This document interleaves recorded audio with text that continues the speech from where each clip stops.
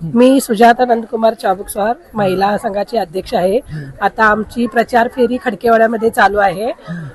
त्या सुवर्णा जाधव ताई आहेत ना, त्या राष्ट्रवादीकडून पंचायत समितीला उभारलेल्या आहेत आणि शिवानीताई भोसले ह्या जिल्हा परिषदेला उभारलेल्या आहेत. आणि ह्या दोघी पण धडाडीच्या लेडीज आहेत. आतापर्यंत त्यांची कारकिर्दीमध्ये कामं भरपूर केलेले आहेत आणि खाली महिलांच्यासाठी त्या भरपूर कामं केलेल्या आहेत. महिलांच्या गाठीभेटी स्वतःहून सगळं चौकशी करणे, धडाडीनं कर्तव्य करणे, भरपूर कामांच्या बाबतीत त्यांचं काय नाव करायचं नाही आणि त्यांना भरपूर इथं खडकेवाड्यामध्ये पण प्रतिसाद आहे आणि प्रतिसाद 100% मिळणार आणि हे दोघीही निवडून येतील असं माझी ग्वाही आहे. तरी अजून काय काय कामाची वाटतं विकास कामाची त्यांच्याकडून पूर्ण होते?